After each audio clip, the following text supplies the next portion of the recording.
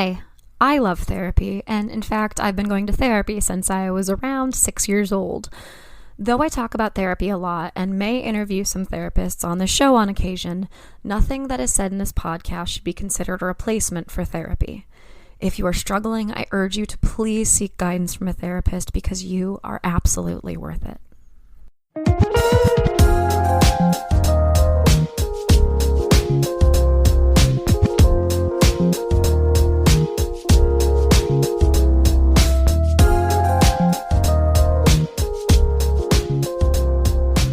Hello, everyone. You are listening to Wine, Dine, and 69, a podcast about dating, relationships, sex, and self-love. I'm your host, Rachel Dalton. I hope that you are doing well. I hope everybody's taking care of themselves. I cannot believe that it is already November. Time flies. So much has been going on in my life. I took a class for my job at work. I got cast in a show. Going to be playing Vera Claythorne and Agatha Christie's And Then There Were None, which I'm super excited about. We jumped into rehearsals just a couple weeks ago, and it's just been it's a good group of people, and I love playing a complex female character. So that's been great.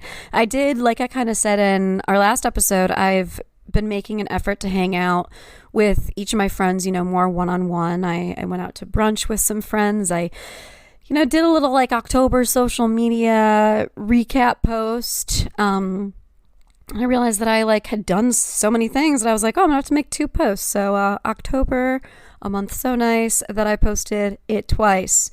Did some Halloween things, went out to brunch with some friends. My boyfriend had never carved a pumpkin before. So we did that. Just really, I realized how I was exhausted because I did rehearsals, I did class. Work has been really nuts with a lot of different reports, and I've been maintaining a social life and a romantic relationship, and I've just been really exhausted. But man, looking back at what I've done this month and the number of amazing people I have in my life, I'm so grateful. I think that for a very long time, and I think a lot of people can relate to this, starting in 2020, I was hardcore in survival mode. As of mid 2020, I'd say August 2020 or September 2020, just full into survival mode, as I think a lot of us were. But I don't think I came out until maybe April of this year, 2023. I think that between the pandemic happening and then a mental health crisis that I had and a breakup and then the recovery of the breakup and then the loss of a lot of people in my life that I loved, I think that I just have been treading water for so long. And I think that I finally this year stopped treading water, and I actually feel like I'm living in the now as opposed to either thinking intensely about the past and being stuck there or being way too anxious about the future. It really is funny how life just kind of happens, and you never really know when things are going to shift. And my guest, perfect segue, my guest and I talk about that today. Today I have my guest, Krystal Casey, on. And we're going to have a very raw conversation. So a little bit of a content warning. We are going to discuss toxic relationships. We are going to discuss massive betrayal. We are going to discuss abusive childhood. We are going to discuss the abuse of children, not in any great detail, but it is a topic that comes up. And we will be discussing loss and the death of a spouse. So it's a heavy topic, but it is so important to learn from these stories. And I am so honored that Krystal shared her story with me and is sharing her story with my listeners. Just the amount of resilience and great tips for motherhood, in all honesty, wonderful parenting by example, talking to her kids really open and honestly, talking to them about how to set boundaries and how to displaying meeting her needs so that her kids know that it's okay to ask for their needs to be met in their lives and in their futures. It's just really excellent parenting, if you ask me. And yeah, it's not an easy tale, but it's Krystal's reality that she's still healing from each and every day. So part of storytelling is paying respect to people's stories just simply by witnessing and listening to them. And that's what this show is all about. Before we jump into more about that episode, though, I did want to share a resource, not directly related to my episode with Krystal, but it's a resource that I've had on my radar for a few months now. I've wanted to talk about it. There's been so much in the world happening. We talked about that a little bit last week. Just a lot of pain and suffering and anger that it just hasn't really been a time to bring it up, but I thought I'd bring it up now. There is a website called loveisrespect.org, and it is run by the National Domestic Violence Hotline. And at first glance, it might look like it's like education for adolescents or teenagers or young people. Does that make me old that I'm calling people younger than me young people? I don't know. I'm not going to dwell on that. Moving on. But it's a great resource, and I'm on the website right now. One of the first things that you see is there's a pop-up that says, leave this site safely. And it basically says your browser history is never fully removed. If you are in a situation where you need to get out of the site really quickly, you can click the X in the upper right-hand corner or press the escape key twice. So, that's for people who might be looking for help or resources, or who might be in a domestic violence situation and are trying to leave, or trying to find the resources to leave, but are not ready yet and might need a quick escape for fear that the person that they are potentially living with, seeing what they're up to. So, just off the bat, I'm like, this is a great resource. But going along on it more, the first thing on here says, love is more than just the way you feel. And boy, if there's one thing that I've learned in my survival mode period, my dark night of the soul, it was definitely that. Love is not enough. Respect matters. Boundaries matter. Stating your needs matters. And that's what this website's all about. It has sections about dating, about being in healthy relationships, about supporting other people, personal safety. There's an article here about setting boundaries. There's a section on LGBTQIA plus relationships, when your parents don't approve of your partner. There's an article here called Do Relationships Really Take Work? A section about what unhealthy relationships look like. It's just... And then the catchphrase that they say is, love is confusing. We're here to help. And oh boy, is that true. Love is so confusing and complex. I think we're taught that it shouldn't be, but holy shit, it is. But, if you are somebody who wants to learn, or you need resources, if it can help anybody, I wanted to give the site out and the information, this resource. So www.loveisrespect.org, and then you can also call at 1-866-331-9474, or you can text love is to 22522. There's also a chat function on the website. Yeah, really cool stuff. Reproductive health survey at the very top. Just a really, really great resource if you're like me and you like educating yourself about interpersonal relationships, with not just romantic relationships, but friendships with your parents. What does that look like? Just a really cool resource. So I wanted to mention that. I've been wanting to mention it for a while, but couldn't really find a time. But I was like, what am I going to talk about in this intro? And I was like, this is the perfect thing. So, all right. I am going to be jumping into this conversation with Krystal. Like I kind of hinted at before, there is a content warning here. We do discuss a lot of heavy topics, but that doesn't mean that you shouldn't listen to it. I think that you should. I was listening to this TED Talk, it was a YouTube video with Esther Perel. And she was saying something, I'm going to butcher this quote, but she was saying something along the lines of, if your goal in life is to just never be uncomfortable at all, then you're not really living. I didn't butcher that as much as I thought that I would. That's not exact, it's paraphrased, but you get it. But that's really how I feel about conversations like these. They're not always the easiest to listen to, but again, standing witness to the to another person's tapestry, the tapestry of their life, the tapestry of their story, all about this tapestry metaphor. It's important. It's important work. And if they're willing to share their story, then I think that we owe it to them to listen. And like I said, Krystal is a single mother and just it does a great job. I mean, I didn't see her interact with her kids or anything, but just in the way that we've talked about motherhood and the way that we've talked about how she leads by example. Kids are so resilient, and it just seems like she really has made something beautiful out of a really awful situation. This is one of 2 interviews that I have done in 2023 that have really stuck with me.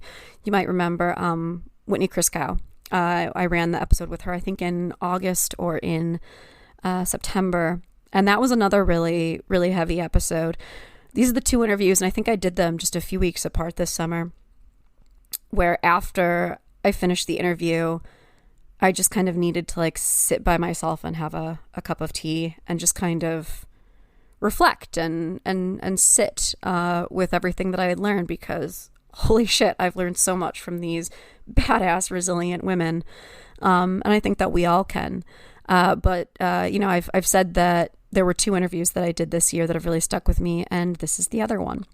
Krystal we talk about a few things. There's a toolkit that we talked about in the episode and a course that she runs. But the biggest thing to mention right now is that Krystal's book is coming out this month. It's available for pre-order. The book is titled Womanhood, Identity to Intimacy and Everything in Between. It's by Krystal Casey, along with 19 inspiring women authors. So I'm really excited to get my hands on a copy of that. Actually, that's exactly what I'm going to do after I finish this introduction, post the episode. I'm going to go order my copy. And I think that you should too. Let me see. Is that it? I think so. Oh, the other thing, just speaking of life being really weird, Krystal and I talked about how one of the ways that she, coped after breakup mode when she was younger was to watch all of the seasons of Friends. And when I was just editing this episode, it made me laugh and also, smile sadly, because Matthew Perry did die this week. Somebody who brought so much joy to so many people and worked so hard to overcome addiction and be a better person. So it hit me harder than I thought. And I just thought it was one of those interesting things that popped up on this conversation when I was just editing it. And the last reminder, I guess, is to look for the glimmers. Life is cyclical. Sometimes we're going to be in survival mode like I was for 3 years. And sometimes things might be a little easier. Support other people when you're not in survival mode and ask for help when you are. And if you are in survival mode, look for the glimmers. Look for the helpers. Look for those small moments that make you realize that, yeah, you know what? Life may be really painful right now, but there's so much beauty in it as well. And those moments of pain really make those moments of joy and those glimmers stand out. I feel like I just gave a TED talk or something. Did not mean for this to be a super long intro, but you know what? I'm super excited for you to meet Krystal. So I'm going to get right to it. This is one of those episodes where it feels weird for me to throw in an ad. So we're going to do that fun thing where I just give us a few seconds of silence to adjust to the conversation that we're going to be having. So please enjoy this silent reflection time. And then I hope you learn a ton from my conversation with Krystal Casey.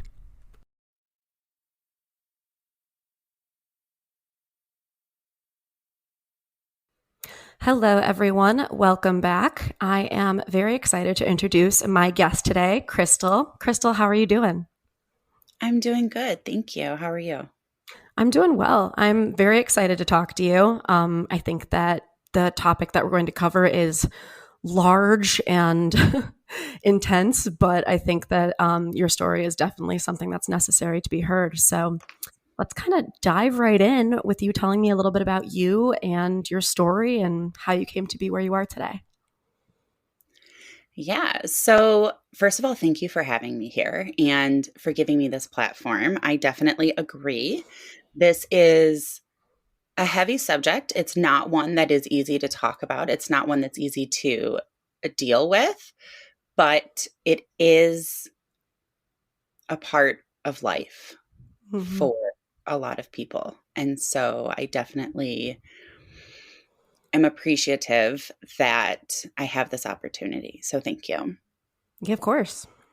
And I guess my story really starts all the way back in sixth grade when I met who would become my husband 13 years later. And our relationship was kind of intense pretty much from the start. Mm.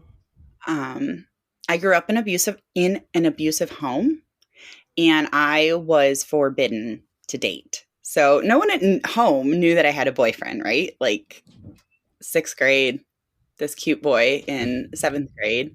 Nobody knew I was talking to him at school.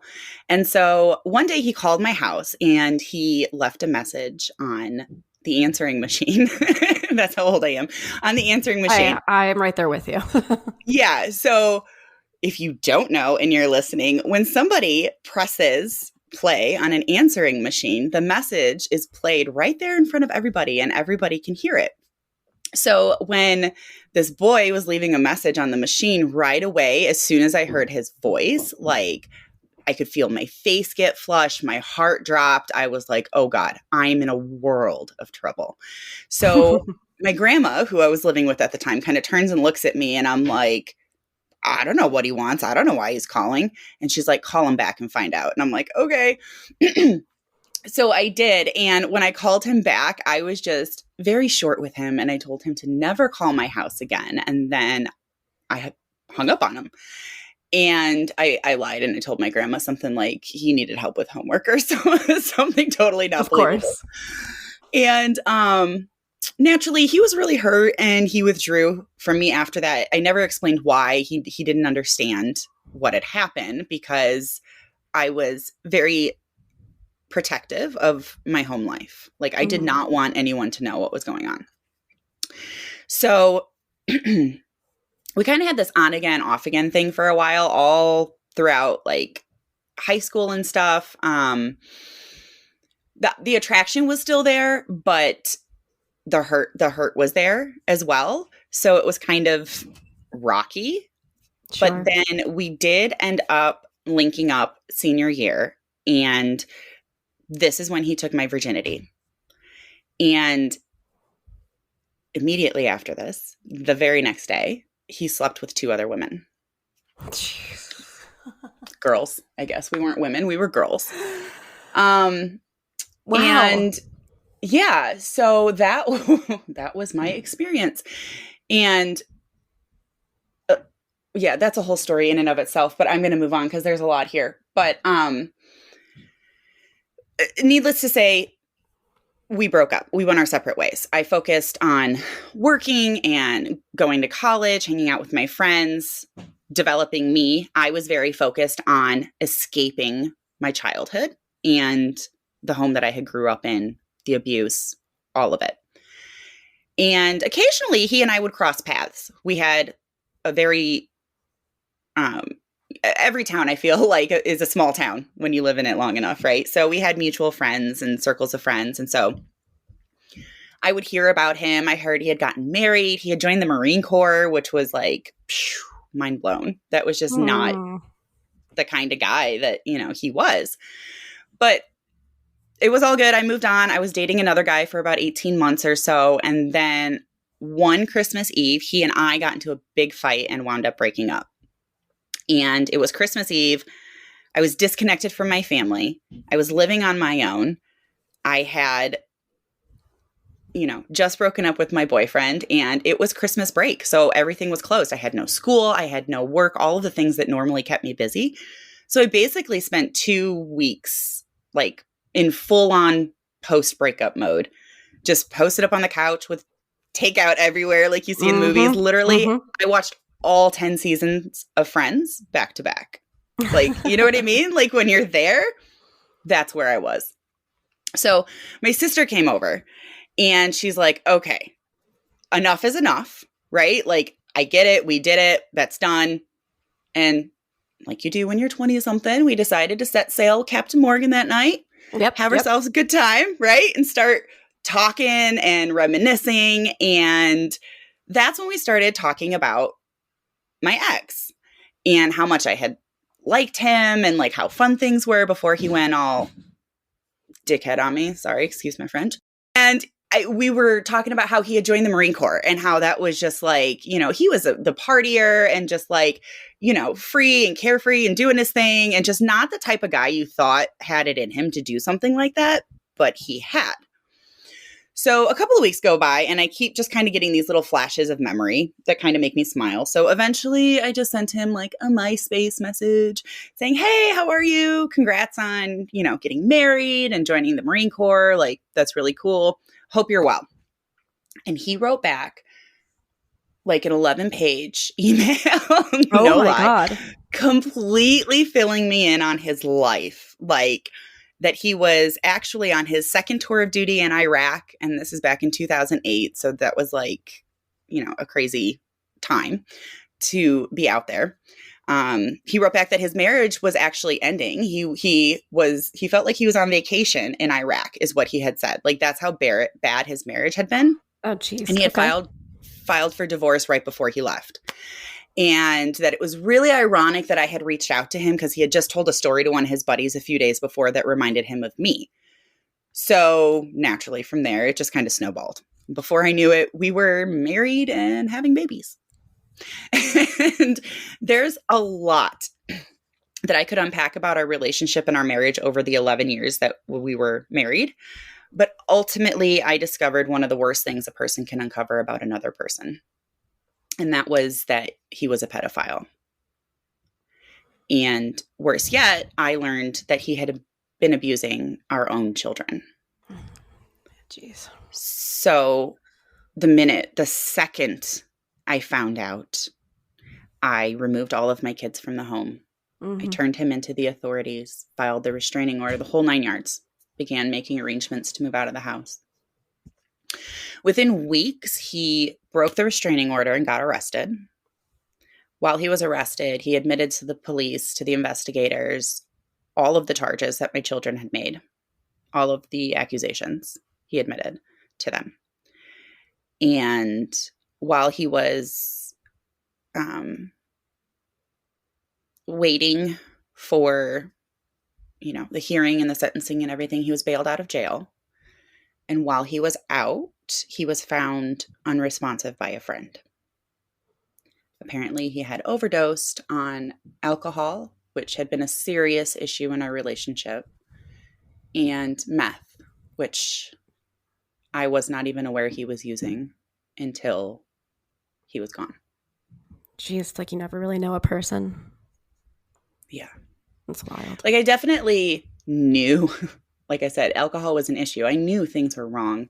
I guess I was attributing it to the alcohol, and I was honestly naive. I had never experienced drugs. I've never taken drugs. I'd never been with anyone who had taken drugs. Like I was just unaware, completely unaware. Where looking back, I was like, wow, it was staring me right there in the face the whole time. And I just didn't know it. Yeah, it's always more clear in retrospect. Yeah. So at the age of 35, I became a widow. I have 5 young kids. My oldest was 10. My youngest turned 1 the same week we had his funeral. And this is where I'm at now. I'm a mom healing the hurt while on a mission to break these cycles of abuse, of trauma. My goal is to encourage other women to heal their trauma and to Mm-hmm. use their voice to step out of the shadows and really ignite a fire of change that spans generations. It seriously starts with us as the moms taking care of ourselves and modeling who we want our children to become.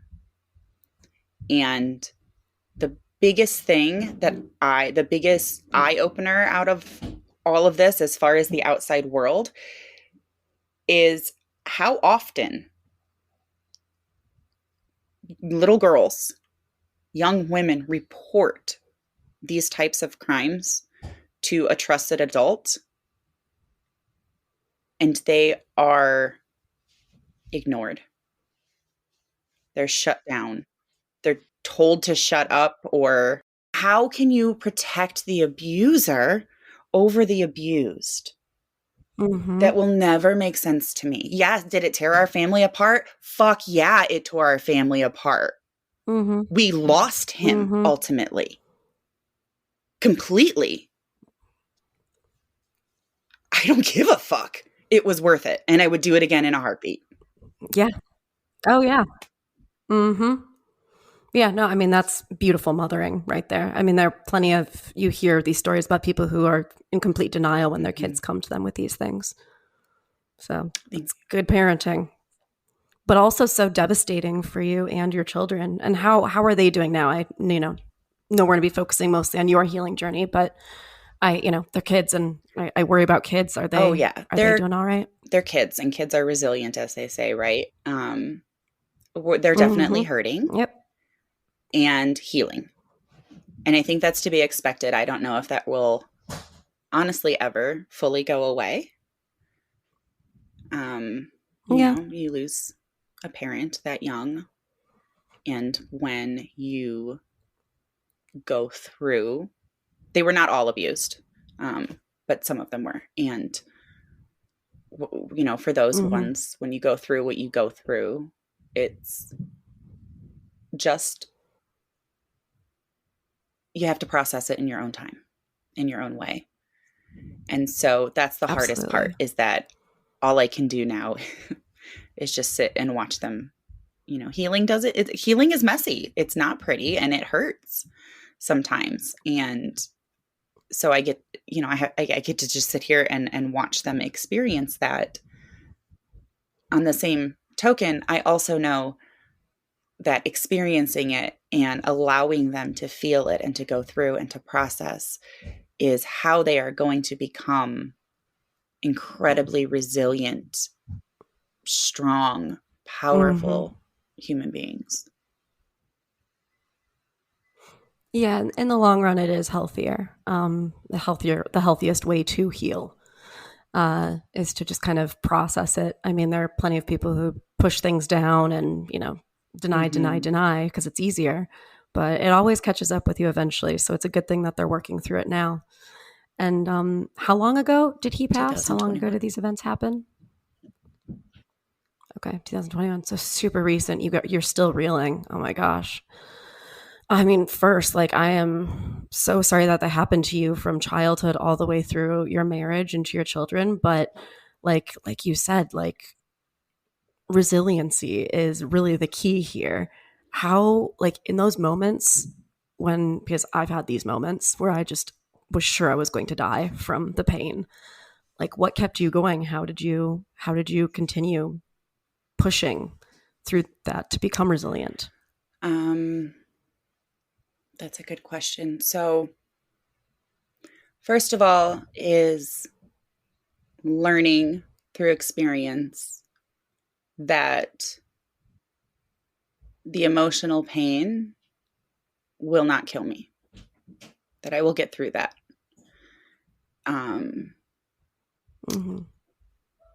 I also hit a point where the pain was so unbearable that I had to fully surrender. And that meant surrendering full control. For me, I was in a facility for about 11 days because I was just completely ready to give up. Mm-hmm. And Mm-hmm. it took a serious mind shift. It was a perspective that was brought to me in the hospital. While I was in the hospital, there was a social worker there who asked me, first of all, the first few days, I was basically comatose. I didn't eat. I barely drank. I didn't shower. I laid in that bed and I slept and I cried and I slept and I cried and I slept because I didn't have the kids. Like at first it was fine. Like I was in survivor mode because that's what you do. Like as a survivor is who you want on your side in a catastrophe, because we jump into action. We know what to do. We start doing the things. We take care of everything. In the Absolutely. aftermath, when all of that was said and done, right? When everybody had kind of gone home and it was just me and the kids going back to our normal life, that's when I broke. That's when I was like, oh shit, this is my life now. Mm-hmm. And it was something, the little things that started cracking were little things that were very simple, like having to mow the lawn. I had never had to mow the lawn. Because when you're the one getting up and nursing the babies and taking care of the babies in the middle of the night, you know, there's certain things that you don't have to do. That's what the husband does. And that was our arrangement. That's our arrangement, right? So having to figure out how to mow the lawn was just something like that little thing right there broke me down. And so all of those little things. So when I didn't have to do any of that and all I was doing was sleeping and crying and playing things over and over and over in my head. How did I get there? How did this happen? Why didn't I see it coming? What was wrong with me? That just all of the things swirling around. And so the social worker comes in and she's trying to figure out what's going on and why, you know, I'm not doing anything. And so I word vomit my story. And she's just kind of like, oh, well, that makes sense. And I just kind of looked at her and I was like, what? Like she heard me. Like I felt heard. And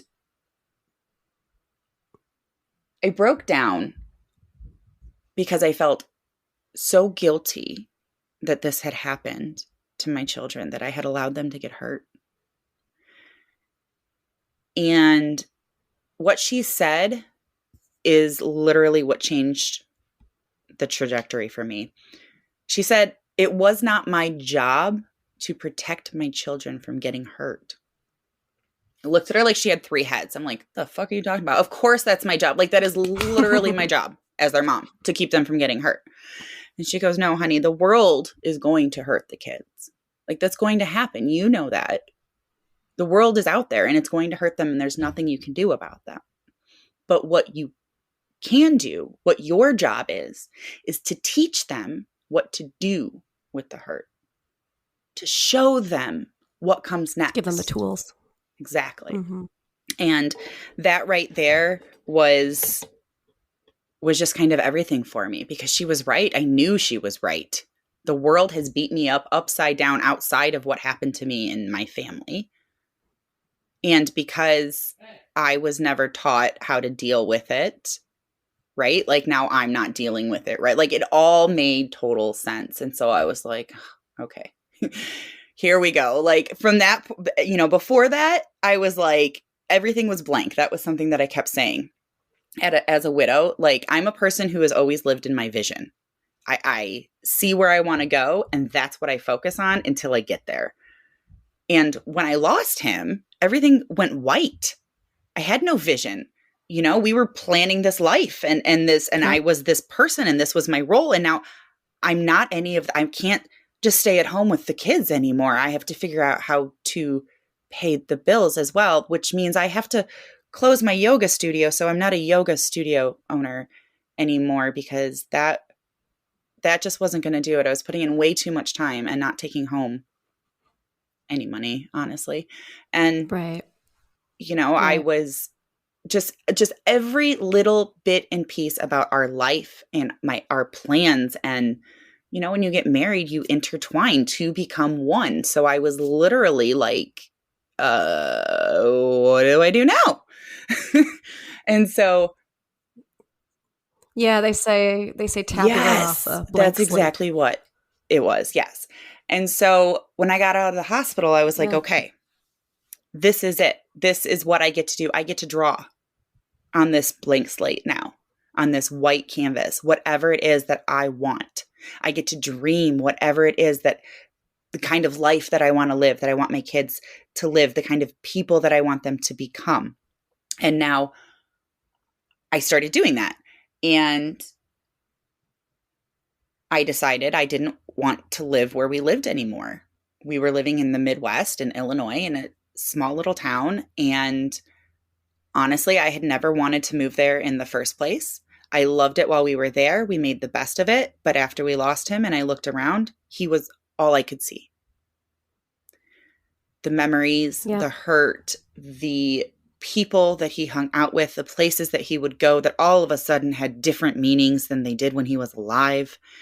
It was just not anything I wanted to be reminded of every single day. It's difficult to heal in the same environment where you were hurt. Yes. I found. So that makes sense. I mean, that's probably what I would do first thing if I were in your situation, would be like, all right, where am I relocating to start this new story? And so, of course, you know, the world is my oyster at this point. Like, where are we going to go? What are we going to do? And when he and I were engaged, he was stationed out in San Diego. And I had absolutely fallen in love with the city. We got engaged with the plan to stay there. And then after he was discharged from the military, he decided to move back because he wanted to be closer to his parents and I wanted to be with him. So I decided to go with him. And that's why I was there, honestly. So I was like, I want to go back to San Diego. And everyone's looking at me like I'm crazy. They're like, you just became a widow. You have 5 kids. San Diego is one of the most expensive cities in the country. Why? Like, what are you thinking? And what I was thinking was how happy it made me.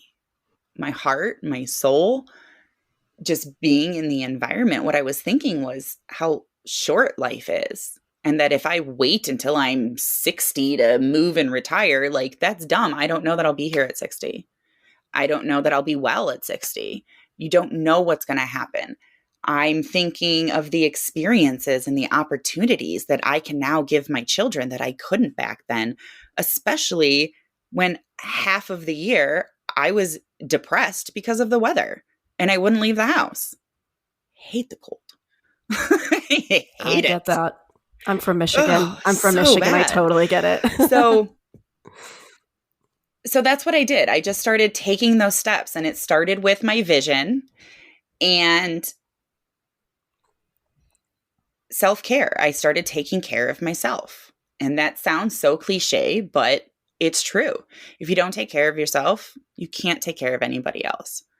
If I don't take care of myself, my children aren't going to learn how to take care of themselves because they're not doing what I tell them to do. They're doing what they see me do. Absolutely.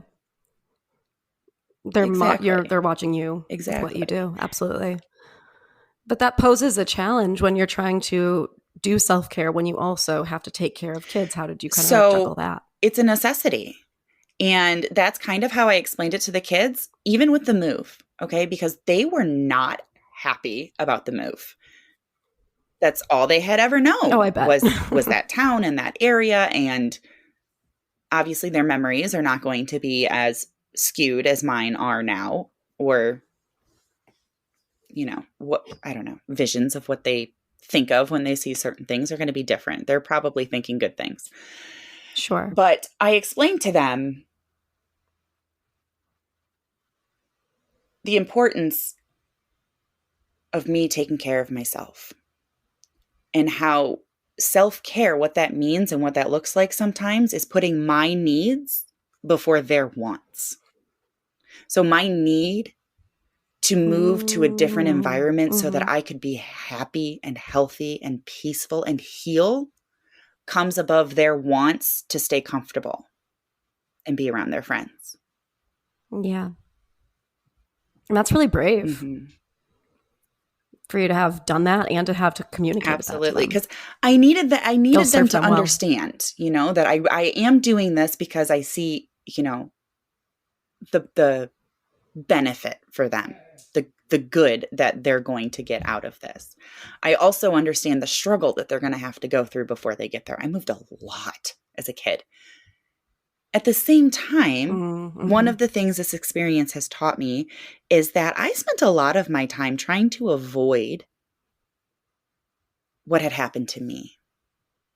And what I seem to have done is to have drawn in a lot of what happened to me or what I experienced or what I went through. And so now what I focus on instead of what I don't want to happen is focusing on what I do want to happen. What I want to draw in, where totally. I want to go, who I want to become, who I want my kids to become. And whenever I start kind of reeling back, it's again that mindset. Okay, wait a minute. Focus on what you do want instead of what you don't. Focus on the positive instead of the negative, because what you focus on is what you're going to draw in. Yeah. You become what you attract. Is that what they say? Something like that. Yeah. Wow. And once you moved, you just get to start building. That's the crazy thing about catastrophic events like that. Like, whether it be a breakup or a death or your life changes, and so quickly too. And like, that's a bad thing, but the beauty of it is that you do get to create something entirely new. Yeah. And it doesn't look 100% how I thought it would, right? That's part of my I call it now my not so secret formula. I actually have steps because people have asked me so often, what did you do? So I have a whole plan. But one of the things in there is to allow yourself to renegotiate, to allow yourself to change your mind. Totally. To, flex when plans change rather than getting stuck because it didn't go exactly how you wanted it to, or giving up because it didn't turn out how you thought it would. And I say I'm a hurting mom who's healing because obviously I'm still struggling. I'm not perfect. I absolutely get it wrong pretty much every day. You're only 2 years out of this. So I think you're doing pretty well if you're even, talking to people about it this vulnerably. Thank you. And that's my point. And that's my goal, is that we don't have to be perfect. Right? Is that I, before all of this, had this vision in my head that eventually we were going to reach this state where we were just happy and everything was good. And like, that just does not exist. That's not how life is. Right. It's just not. So you just have to learn to go with the flow and to, the bumps are going to come. You don't know when they're going to come. You just prepare for them the best you can and then face them when they come. And then you keep going. You use them to build up. And you appreciate those glimmers. The opposite of triggers, they say, is glimmers. You appreciate those glimmers when you notice them. Yes, that's what they're called. Yes. Glimmers, yeah. It's the opposite of triggers. It's like this new thing. I'm like, I love that. Let's focus on more of the positive. I love that so much. So much. Yeah. No, it's a great new thing. I've been using it a lot. Wow. How... Gosh, I don't even know where to go from there, because there are so many lessons in what you've shared. There's being a good parent, you have 5 kids. That's insane. And then there's the healing work that you've done and prioritizing your own mental health and your own self-care. And then there's this new side of opening yourself up again. Is that even something that you've considered? Is that something that you want someday, or is it really just focusing on the present with your kids right now? The world is a funny place. It is. I am in a relationship right now. Oh, congratulations. Thank you. That's wonderful. How did that happen? He was my husband's best friend. Wow. Wow. Okay. So it's a very, the world's a funny place. When everything happened, when we discovered all of the stuff, my husband had made a phone call to his best friend and told him what he had done and kind of what was going on. And this man was one of the only people on all of my husband's side to reach out and connect with me and ask how the kids were, ask how I was. Okay. All right. And he stepped in and was just a great friend. And I have to preface this by saying, not my favorite person in the world. He was my husband's best friend. And my husband, they like to drink. So they would go out and they would party and they would have a good time. So I would just associate this friend with, they're going to go do their stuff and I'm going to be stuck here taking care of the kids and who knows what they time get to we'll go get, have fun all and of you have that to be the adult. Yeah. Mm-hmm. Yeah. Right. So I'm like, no, that's not fair. So that's kind of how I associated him. So he came in and right away I was just kind of like, fuck off. Like, I think it even took a while for me to answer his phone call. And so, yeah, I don't know. It was weird, but he was just super supportive and just a friend, like 100% friend in the beginning. In fact, one of his friends, not only, but there were a handful of his friends who were hitting on me almost immediately after the funeral. It was disgusting. Wow. Are you fucking kidding me? No, not at all. This man was just as appalled, right? So it was the same kind of a thing. And he was just 100% friend. And he lives out in San Diego. And that is kind of what sparked me to come and visit.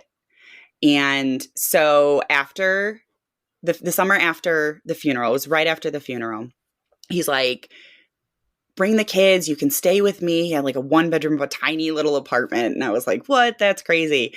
And I was like, you know what? No, I want to. I'm going to take the kids and we're going to drive out to California and we're going to stop everywhere along the way and see all of the things. And we're going to have a great time. And that's what we did.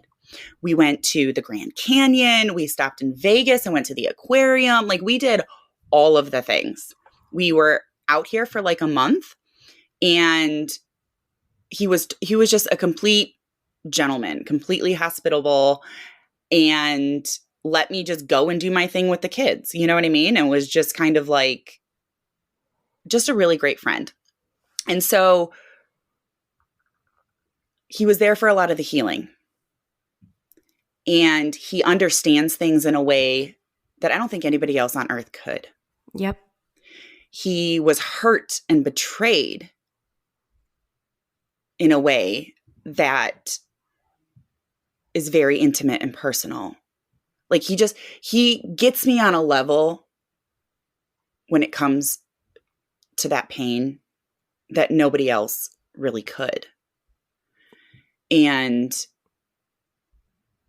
I don't know what happened. Honestly, I don't know when lines blurred. I don't know how it got from there to where we are, but it did. And it's been a blessing. Yeah. He's been amazing. I love that. I mean, you're right. It's two people who you were both betrayed by the same person. You were both lied to by the same person. You both, went through this trauma and this healing process together and supported each other through it. I mean, of course, the two of you got close and formed a bond. That's and I love too, I think that there's this belief that we need to be completely healed before we get into another relationship. And I call bullshit on that. I used to believe that, and I call bullshit, because there are some things that you can only heal through the context of relating to another person. Yeah. Is that something that you've experienced, just like being in a relationship and relearning how to trust and, obviously 100%. working through things? Yeah. And one of the things being in this relationship shows me is how much crap I put up with. Right? Because I find myself almost bracing for things to be a certain way. And then he keeps hitting me with what I call like green flags. And I'm like, Yeah. oh, wait a minute. That's not what I was looking for. Okay. I like that though. We'll keep going. Continue. And then you're like not sure if they're like too nice. Like I had a toxic relationship. I mean, nothing compared to what you went through, but I had a toxic relationship end in 2021. And then about a year later, a guy came into my life and I'm having a similar experience of like preparing, you know, closing my eyes, shutting my eyes, like being scared for whatever might calm down on me, and then being like, oh, this person like wants to like discuss this. Interesting. Mm-hmm. And what's interesting is before, when I would not speak up in my relationship before because I did not want to rock the boat, now I'm like, well, if this rocks the boat, then it rocks the boat. Uh-huh. And you'll weather it or you won't. Mm-hmm. Right. And then he does. And I'm like, oh, that's what a healthy relationship looks like. Got it. Noted. Yeah. Totally. Yeah. No, that's incredible. And I mean, it's so great to hear you laugh too, you know, just hearing through all of that. And it must have been really good for the kids too, that there was like this stability through the healing process. And then, you know, that kind of became a little more solidified for them, because that, you know, I just think about how that consistency was probably really, really good for them. Yes. Yes. And things are good. Things are good. They absolutely love him. They love having him around. He has always been very mindful of them and their feelings, and 100%, we're all on the same page. He could never, ever take their dad's place, right? Like that's a space that will always, like, their dad will always be their dad. And I have gone through a lot of healing. I have come to a place to where I have been able to forgive him. I don't know 100% where it came from, but I can see, like, I have an idea. I've just gone through enough of the healing process that I don't hold as much anger as I used to. Mm-hmm. And so now when I look, I'm able to look back on memories, and I'm able to speak about him and see his picture sometimes and think, you know, of the good things, because the truth is these children are still half of him. Absolutely. He lives on in them, and he was not all horrible. And the you fell in love things, with him for a reason, of course. Absolutely. And the good parts of him live on in them. And so I try, you know, to let them know that. And my boyfriend is great about honoring that, while also being the person they need him to be when they need him to be that person. Sure. That makes sense. That definitely makes sense. And you now kind of, and I think that must be a delicate balance, right? Because like you want to validate what your kids, some of them, have gone through and the negative feelings that they might have towards their father, while also, you know, having them understand that people are complex and feelings are complex, and, you know, it's okay to still love this person who hurt you. Yeah. It must be really, really challenging to like toe that line, but it sounds like both of you, you know, you have a good partner in crime who's helping you do that. Absolutely.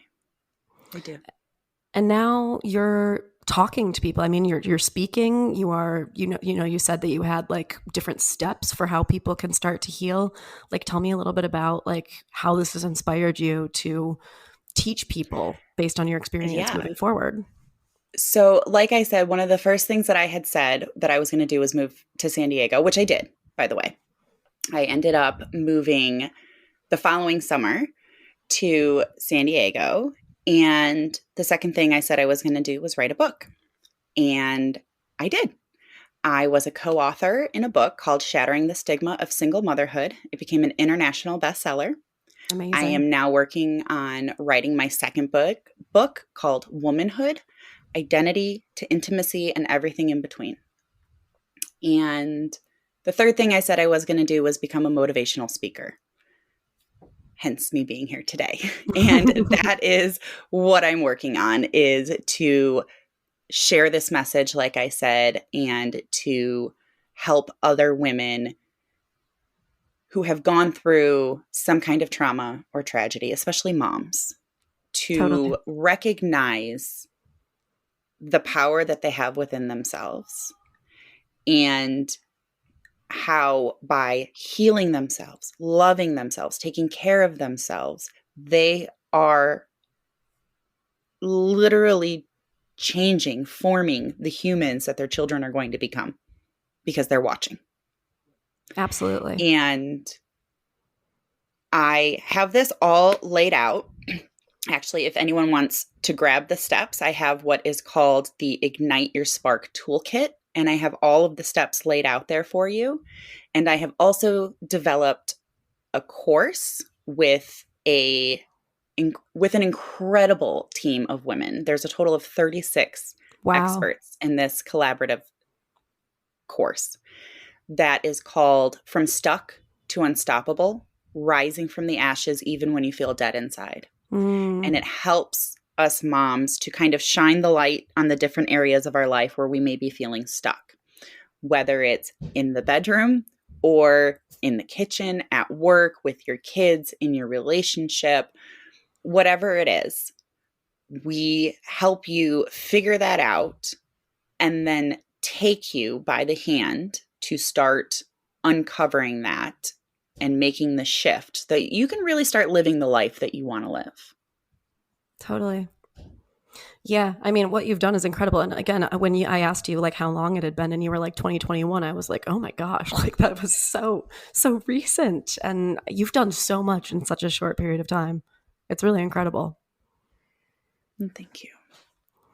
Is there any like other last things that you want to share, like last messages or things that we didn't get to, maybe something I didn't ask, but that you want to share and for people to know? I think the biggest thing that I want to share, or I want to encourage for others, is to listen to their intuition, to not be afraid to use their voice, and that